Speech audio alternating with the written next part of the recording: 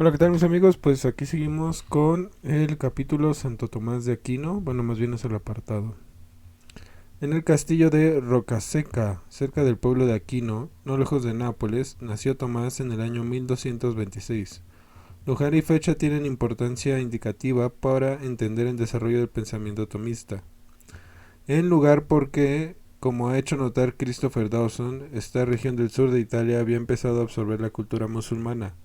La fecha porque a principios del siglo XII la filosofía de Aristóteles sustituía cada vez más la tradición platónica agustiniana de la Edad Media.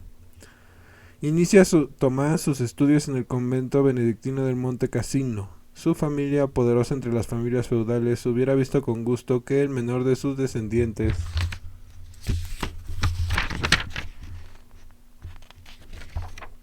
llegara a ser abad del Monte Cassino, pero las inclinaciones científicas, apostólicas y misioneras de Tomás le condujeron por otros caminos.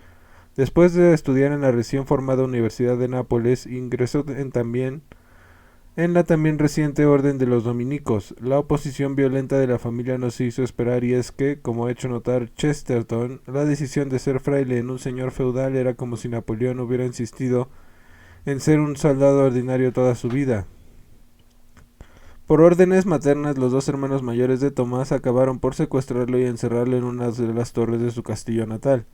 La insistencia y el empeño del joven dominicano hicieron que la familia cediera y permitieron que el futuro filósofo se dirigiera a París y a Colonia, donde pudo seguir las enseñanzas de Alberto el Grande. Alberto, verdadero hombre de ciencia, era también el más profundo conocedor de la obra de Aristóteles, cuyos textos había comentado de manera exhaustiva. La influencia aristotélica sobre el pensamiento de Tomás data de esta época de aprendizaje y estudio.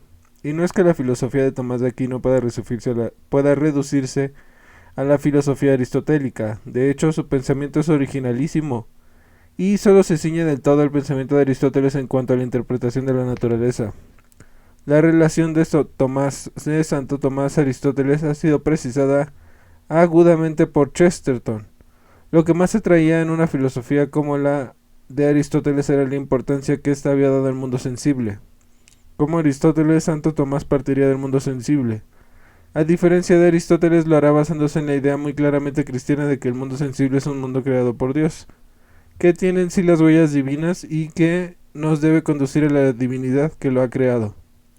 Y en este sentido, la filosofía de Santo Tomás se acerca más al pensamiento de San Francisco de Asís, su contemporáneo, que al del filósofo griego.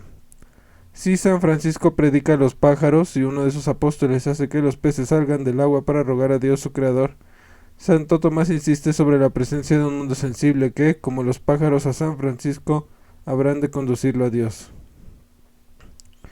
La enseñanza de Santo Tomás empezó a impartir en la Universidad de París en 1259, la que reaparece en las páginas de toda su producción literaria hasta el año de su muerte en 1274. Es una de estas grandes sumas del pensamiento en la que nos referimos en el prólogo de este libro. La obra de Santo Tomás es, en ese preciso sentido, comparable a la de Aristóteles, una de las grandes síntesis totalizadoras del pensamiento occidental. Siguiente apartado, el conocimiento.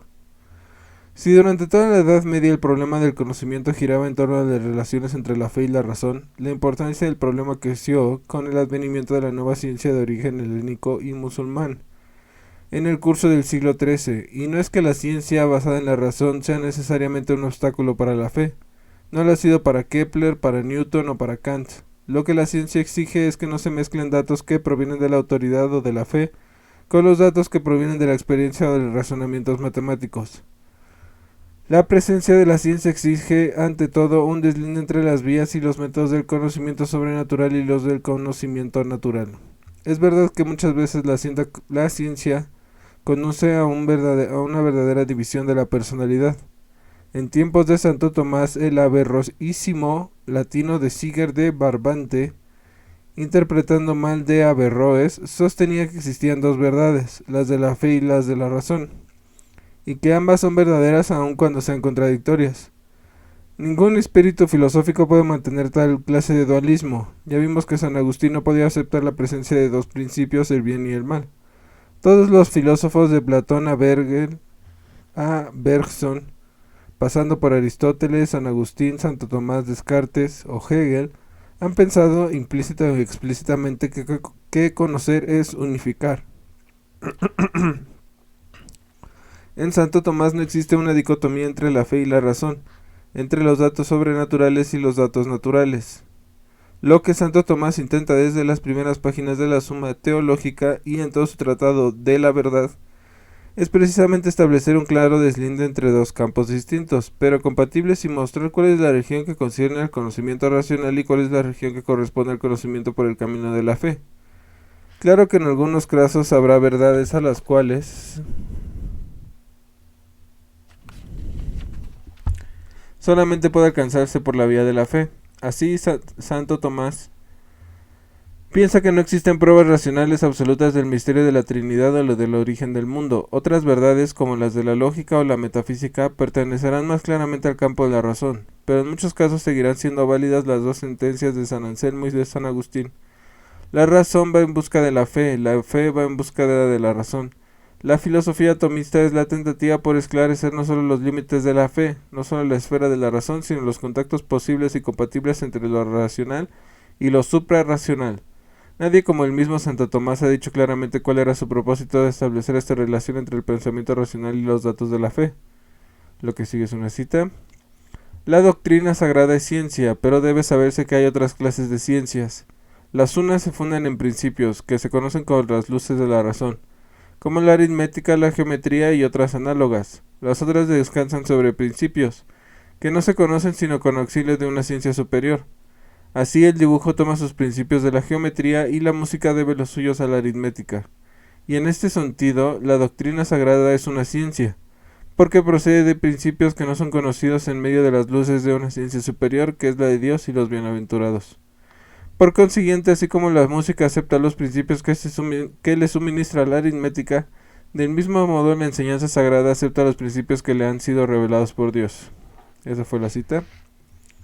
En una palabra, las ciencias humanas tienen por base y fundamento la razón humana y alcanzan hasta donde pueden alcanzar la humana razón. La ciencia sagrada o teología tiene su origen de la ciencia de Dios, tiene su origen en la ciencia que Dios mismo tiene en su propio ser y es por lo tanto ciencia revelada. Tales son los distintos temas de estas ciencias diferentes. En cuanto a su objeto, la fe lo tiene puesto en la persona de Dios, la razón en las criaturas y de estas en cuanto conducen al conocimiento en Dios. La primera es conocimiento completo y directo, la segunda es conocimiento indirecto y limitado por cuanto nuestra razón es finita. El conocimiento filosófico centrado en la razón habrá de comenzar con aquello que más a mano tiene la razón humana, y aquello que nos es más cercano, aquello que se nos presenta constantemente a la observación de todos los días, es el mundo sensible. De esta parte de Santo Tomás, como partió Aristóteles, para llegar a conclusiones de orden metafísico. Y es que para Santo Tomás los universales están antes de la cosa tan solo en la mente. De Dios sí existen en la mente humana después de la cosa. Es decir, Santo Tomás piensa que las ideas que tenemos las adquirimos mediante la experiencia sensible, pero ello no debe llevarnos al error de pensar que Santo Tomás fue un nominalista.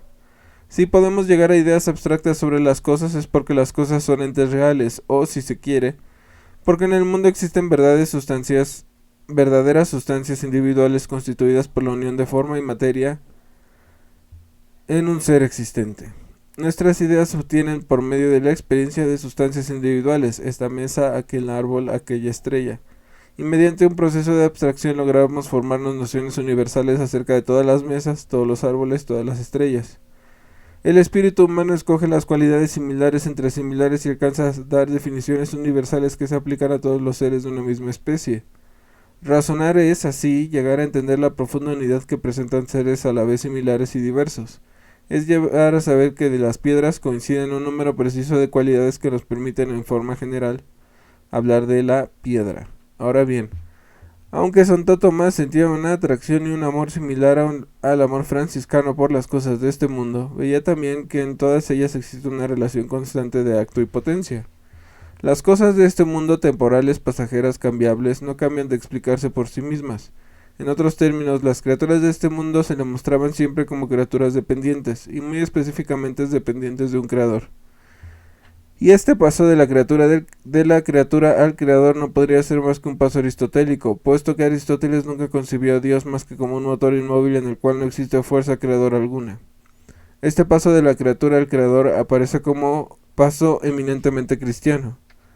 Pero si en toda la filosofía cristiana las criaturas remiten a Dios, la novedad de la filosofía tomista reside en que no se trata de deducir la existencia de las criaturas de la existencia de Dios, sino más bien por el contrario trata de pasar de los efectos a la causa, del mundo sensible al mundo inteligible.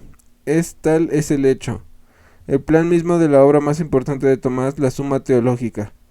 En ella Santo Tomás trata primero de la existencia de Dios, pasa en segundo término a discutir la naturaleza divina, y concluye con los problemas de la relación entre Dios y el hombre y entre los hombres situados en un mundo social y político.